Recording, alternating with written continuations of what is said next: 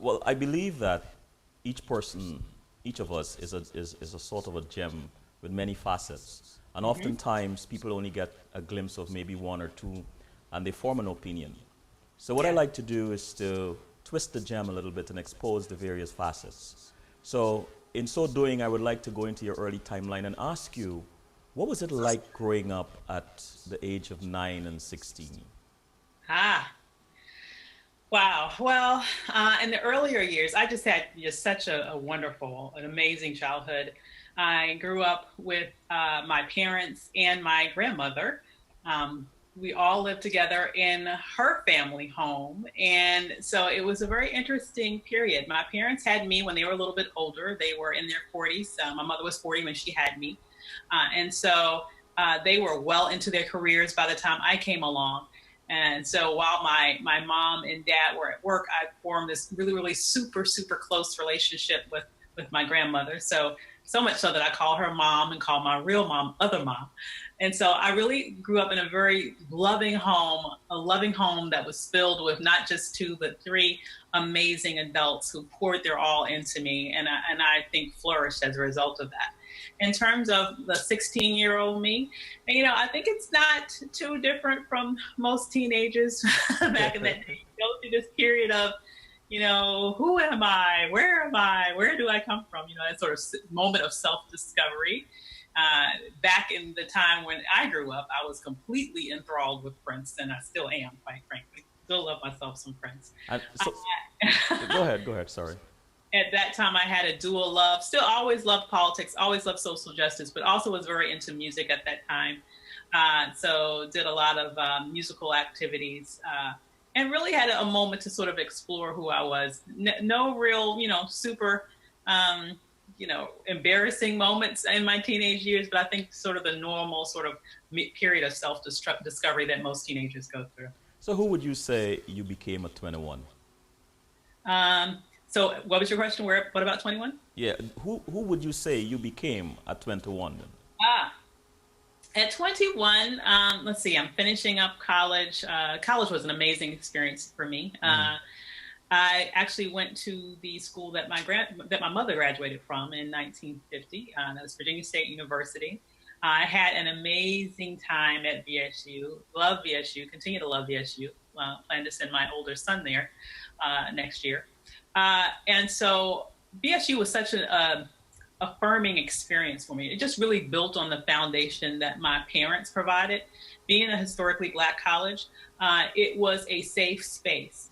It was a space where the professors really cared about whether or not you understood the material. It was a space where your culture was valued and affirmed, and where you could develop great lifelong friendships, and where you didn't really have to put up with a lot of the other mess that unfortunately many of us have to put up with when we go to sort of other universities. You could just really focus on learning, and it was a place of high expectations and a place where you left exceedingly prepared and confident that you could do what you wanted to do. In fact, I was so prepared, well prepared upon obtaining my degree from VSU, that a book that we had used, I think when I was a junior at VSU, ended up having to read the very same book my first year in graduate school. So, and I had already, had the experience of doing original research as an undergraduate when a lot of the people that I was in graduate school with had never done that. And so I left Virginia State really confident, knowing who I was, or at least a facet of who I was as a woman at that point. But I think really prepared well for the direction that I wanted to go in life. And I think that was just really the best thing to set me up for success as an adult. You mentioned your grandmother earlier and your mom, of course, but what is your favorite memory of these women who have made an impact on you? My greatest memory of my grandmother, and my greatest admiration point of my mother, who I'm fortunate enough to still have in my life to this day, is their strength. I mean, these were and are fighters. I describe them as female Nat Turners. My grandmother and my mom are the real deal. They are the real deal. They have no problem in getting folks straight. But what I love most about them is that they had this strong pride in not only themselves as individuals, but us as a people. And they instilled that pride in me. And they told me all sorts of amazing stories as I was growing up around the challenges that they faced and how they were able to in a very skillful way navigate those challenges. Growing up in Jim Crow South, and my grandmother growing up even before that, just a very, very brutal time in this nation's history, and to do so in such a way that they were still able to succeed in spite of it all. It's just absolutely amazing. Let me give you one really small example. So as I mentioned, my parents, growing up in Jim Crow South in Southern Virginia, during that period of time of segregated schooling, not only were the actual schools segregated, which most people, realize, but when you really deconstruct what that means in terms of the practicalities of the day-to-day experience, that meant, for example, that white children got school buses and Black children didn't. So Black children literally had to walk to school for miles each and every day, back and forth, while white children are riding on school buses, waving and taunting them as they drive by. Well, my grandparents weren't too happy with that scenario. And so what they ended up doing was pulling together other Black parents from the community, and they pooled their money and they bought a bus. And then they took time and took turns driving that bus and driving their children back and forth to school every day. And so that's just one of the many examples of things that I know that my family were very critical in doing to create a situation out of great devastation, potential devastation, but to turn it around and show some creativity, show ingenuity, show strength, and actually move forward in a direction that would improve the lives of their children. And ultimately, all of those decisions that they made, I know, trickle down to benefit me, and I'm just clearly beneficial for that. Determination, innovation, strength, courage. Your father, your mother, your grandmother. Yes. Yeah, amazing. These let me see how to phrase this question here. Whose characteristics can you identify when you're being or doing what? Okay. So if I am engaged in a debate on a policy issue, I'm definitely conjuring up Ada, who is my grandmother, if it gets super heated, and if it gets somewhat heated, I'm conjuring up my mom. Those two are, as I mentioned, just born fighters. Very, very sharp wit, very, very skillful in their oratory, extremely logical in their approach to developing and laying out an argument. And so I think that skill really comes from them. Also being on the receiving end of that as a child, I learned a lot. But in terms of my ability to, walk into a room of strangers and leave with a room full of friends, that comes from my father. My father has a very keen sense of emotional intelligence. He was also my sort of entrepreneurial spirit comes from my father. He was a very successful entrepreneur, had to be. 14 years old when his father died, and being the oldest son of 8 children, he was charged with the responsibility at that age to take care of his family and his mother. And that's exactly what he did. He made the decision, being a sharecropper as a child, that he didn't want to grow up and work for a white person anymore. So he decided he wanted to work for himself, and he developed several businesses. The main business that he had by the time I came along was a lumber company that was very successful. He employed all of his brothers, employed other people from the community, took care of his mother for the rest of her life, cutting her a check every week that he cut a check for his employees. And so he was very high character, responsible, family devoted man.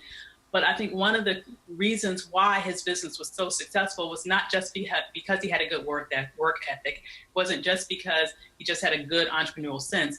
It was also because he understood how to relate to people. And he was able to have the right relationships, to build the right business partnerships. And so that sense of emotional intelligence is the other side that I think that I get from him. And I think together it really, really helps to create a good mesh that helps me be able to be successful in what I do. The And irony. after a while, people, they're saying, wait a second, it makes sense, right? So Chinese medicine gives you another way to deal with this. And this is what's really important because we're talking about different cultural realities. And culture is what's behind any medical system. Any medical system is a cultural application. Western science is just a cultural application, no more or no less. And that's what my dealing with African culture taught me. I respect Western science within the context that it works and makes sense in. But Western science isn't going to explain what I did with you in terms of your headache. It's not going to explain many other things that practitioners in other cultures can do. It's limited. And folks, unfortunately, have limited themselves. Why? Because largely Africans in the diaspora have lost some of the fundamental elements of their own culture, right? And Africans at home have also, in the process of colonialism and neocolonialism, traditional healers were at the center of society. They had to destroy that. They had to attempt to destroy that, right? So in doing that, you have terms like, witch doctor. If they were talking about that reality here and dealing with Native Americans, they would talk about shamans, right? Two different kind of realities, right? So when I've traveled in Africa, spent time with traditional healers, interviewed folks, and it was funny because I was sent by United Methodist Church, by their head person at the time, Dr. Randolph Nugent, who said, I know there's still healing going on in Africa like in the Old Testament. We want to find out why Africans will still go to their traditional healers and clinics and not frequent our hospitals and use our hospitals as much. That was my mission. And what did you discover?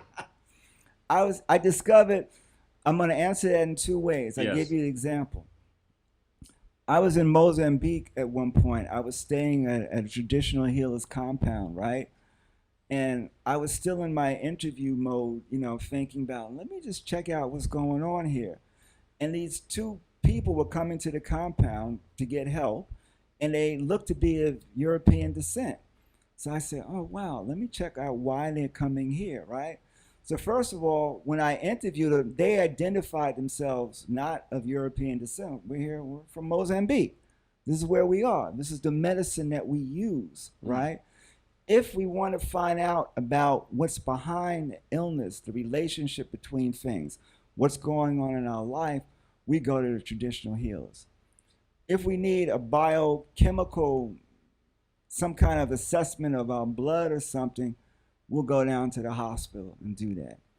You understand what I'm saying? Yes. So different cultural streams, people learn how to use different things.